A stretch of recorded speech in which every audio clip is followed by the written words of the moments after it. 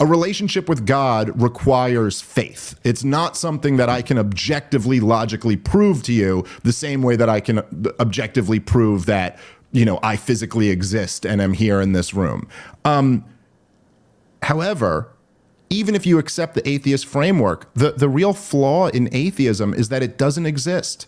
It's not real. And maybe it could be for an individual, but it certainly can't scale. This is just demonstrably true. You can prove this empirically. And if you look at the most, it's like look at college campuses, say liberal college campuses. It's the most atheistic place you could find. I mean, nobody is a devout. Okay, there might be a few Christians there, but by and large, nobody is a believer. It is shout out Baylor University, but permeated by atheists. And then look at wokeism. And you go, oh, that's just another religion. It's just it's the same exact thing. Articles of faith, blasphemy, holy texts, all the characteristics of a religion they have, except it's not a religion with thousands of years of stability behind it that's built advanced civilizations. It's a brand new religion that has no possibility of building civilization because all it does is tear everything down. That's not how the game is played. You can't do that. And it's real easy, to come in and point to things that are oppressive and say, I want to tear them down, because almost all of existence is oppressive. And so you could certainly make a case for like marriage. Have there been marriages that are oppressive? Sure, no question. So let's get rid of marriage. Churches, have there been churches that are oppressive? Sure. So let's get rid of churches. Let's tear all this stuff down without having an ounce of humility and thinking to yourself that like, oh, maybe there was a purpose for these institutions. Maybe we're not just tearing down oppression, we're also tearing down the building blocks of civilization. And to his point really quickly, I just want to add on, I'm going to get right back to it. Imagine it this way. Imagine if your company hired a guy, and when they hired him, he comes in, he says, hey, I found something the last guy who was in my position broke. Here you go. Oh, okay, thanks. Hey, by the way, I was doing some more research. I found out the guy before me, he also broke this. Oh, okay, thanks. And also, I found that he didn't do this right. Oh, okay, thanks. At a certain point, everyone around you or your boss is going to be looking at you like, you keep calling out what the guy did before you did wrong, but you haven't told us what you fixed. You haven't told us what you've added, what you have implemented since you've been here. All you continually do is try to tell us and show us what the person who was in charge before you broke or didn't do right or didn't build right. So the question becomes, what are you good at? With the exception of pointing out other people's flaws, with the exception of pointing out other institutions' flaws or weaknesses. What are you building? What are you contributing? Might not be a great idea, and there seems to be no interest in even thinking about that. And so that, I completely agree with you. I mean, it's like we ran this experiment in secular atheism to see what it would lead to, and it's disaster everywhere. And a lot, particularly of young people, are waking up to that and going, oh yeah, maybe we need to re-examine this whole thing. Secular religion is missing is salvation.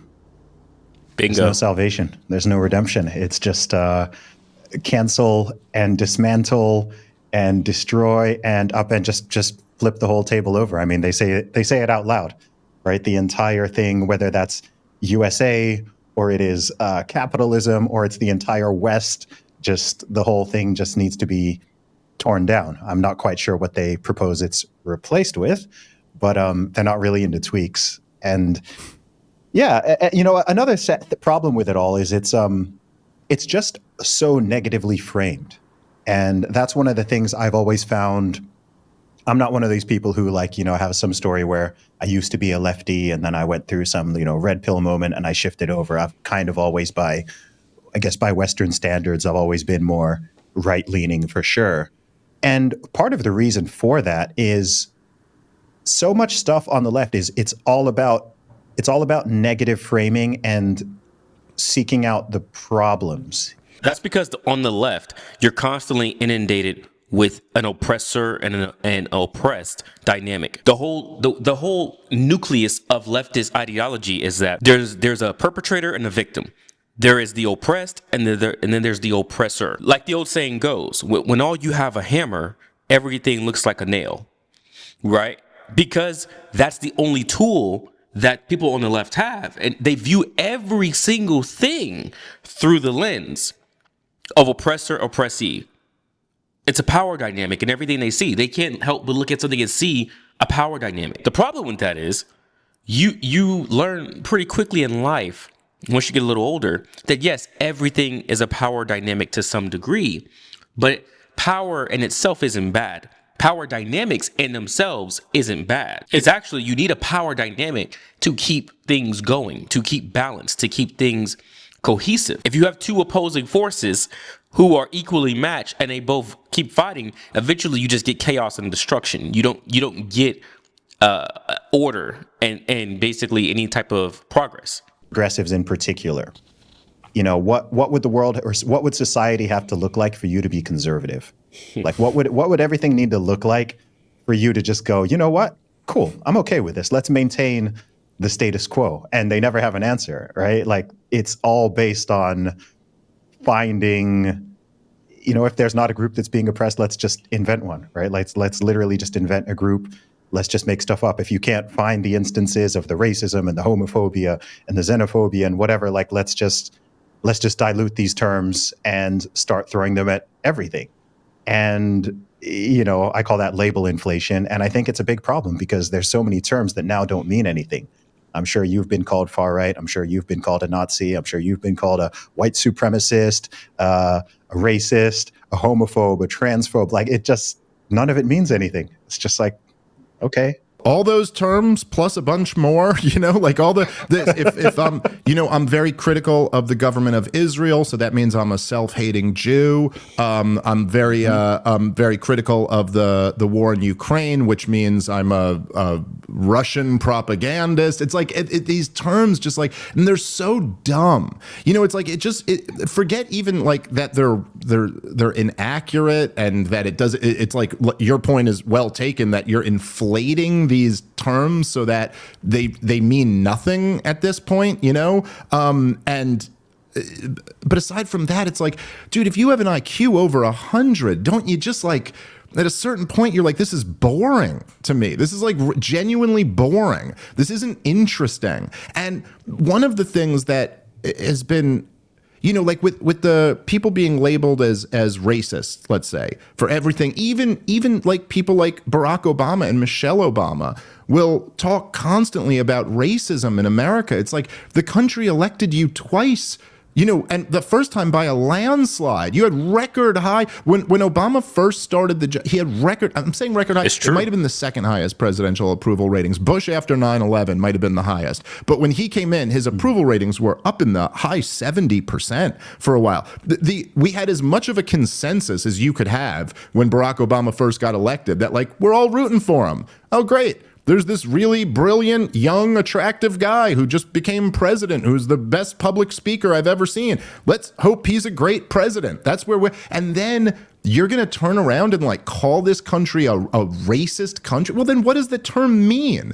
What does you know what I'm saying? Like, it's like, if you found out that in the middle of Nazi Germany, super majorities of the country voted for the first Jewish leader, you'd be like, wait a minute, this conflicts with my understanding of what was going on at the time. But from what I understand, the supermajorities would not have supported a Jewish person. I thought that was the whole thing. And yes, it was. And so right now we're in this new world. And one of the things that's really interesting, I'm sure you've noticed this dynamic as well, but one of the things that happens when you inflate these terms to the point of meaninglessness, when you dilute them to the point that you know, anybody can be labeled with these accusations, is that the accusations lose all meaning. Yep. And now it's funny as you watch them that's half the reason why they kept calling Donald Trump a Nazi so much, is just that racist had already just been used too much. They called Mitt Romney a racist, so I guess we got to think of something bigger, you know, but then they go to Nazi so much, you're not like, now that term doesn't mean anything. So what are you going to say? You're almost at, and it does seem like one of the fascinating things about this latest chapter is that the terms just aren't working anymore. People are rolling their eyes. Even half of the people like who were on the progressive woke left are now rolling their eyes at this stuff because it's just too absurd. And one of the things that is a very interesting dynamic that I think opens up a lot of possibilities is that, you know, like as you mentioned earlier, like the difference between 8 years ago and today. Well, one of the major differences is that if Donald Trump had a rally in Madison Square Garden in 2016, there would have been tens of thousands of protesters outside. I mean, it would have gotten violent for sure. You would have seen clashes between Proud Boys and Antifa. This isn't happening right now. And that's a really interesting dynamic that I think is going very under-examined and under-reported, is that the young lefties who could be counted on to be kind of shock troops for the regime 8 years ago have kind of gone AWOL.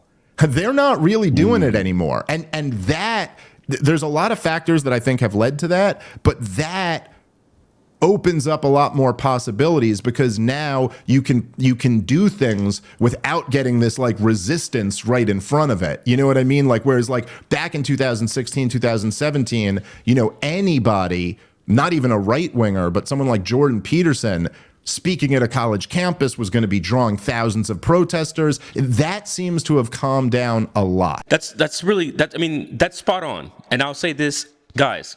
Atheism, the problem with atheism is a lot. There's a lot of them. But just to focus on one, like he said, there is no redemption in atheism and leftist ideology and wokeism, whatever you want to call it.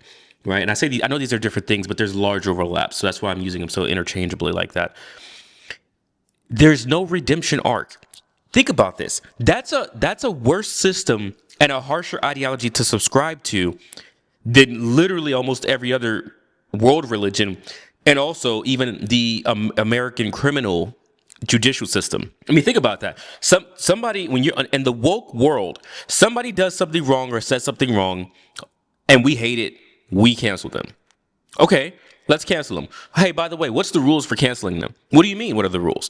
Oh, you know, like, are we going to cancel them for 3 months? Are we going to cancel them for 6 months? Do they still get to like apply for jobs, or do we only post it on one social media platform, or are they only canceled on X and not Instagram? Oh, don't be crazy. They're canceled. They're just not a good person. They're canceled. Well, hold on a second. That's not even a standard that the American criminal justice system will hold you to, right? I mean, at least a lot of people who get sentenced to life in prison still getting sentenced with life with the possibility of parole. You hardly see people get sentenced to life without parole or death penalty. That's a rare thing. Most cases, it's 25 to life. It's 40 years for this. It's 60 years for that, with the option of parole. So even the criminal justice system in this country is more lenient than woke ideology cancel culture. That's insane. So when people come at you, when an atheist or whoever come at you about, you know, the religions are so oppressive, just really hold up what their punishment system is versus what Christianity is. Oh, why would a loving God sent his son to die for you and created a new path, an avenue for you to be reconciled to God in the end. There's literally a path carved out for you at no expense of your own in Christianity. It is grace. It is mercy. It is a free gift. You can't earn it. You couldn't have earned it. But that's somehow supposed to be more oppressive than cancel culture, which just says if you say the wrong thing, or if you have said the wrong thing in the past before, and we find it, you're getting thrown off the cliff metaphorically in society. But let me know what you guys think about the video. I think Dave Smith is absolutely right. Atheism, the new atheist movement in the 2000s, early 2000s, it really showed that it doesn't work. And we needed this. And I know as a Christian, you might say, well, why would you say we needed this? Sometimes you do need for things to play out, and you need the path to be walked to see where it leads. Because before then, you'll only ever theorize or speculate. And there was a lot of theorizing and speculating that we would be just fine without God. People have been screaming it from the mountaintops for years in societies, different cultures. Okay, well, we see how that worked out. Wokeness replaced, God in American culture in the last 60 to 70 years. And let's just be honest. Anybody who thinks that is a good thing, I would love to see your metrics for that. Let me know what you guys think of the video. Drop a comment below. And until next time, God bless. Take care.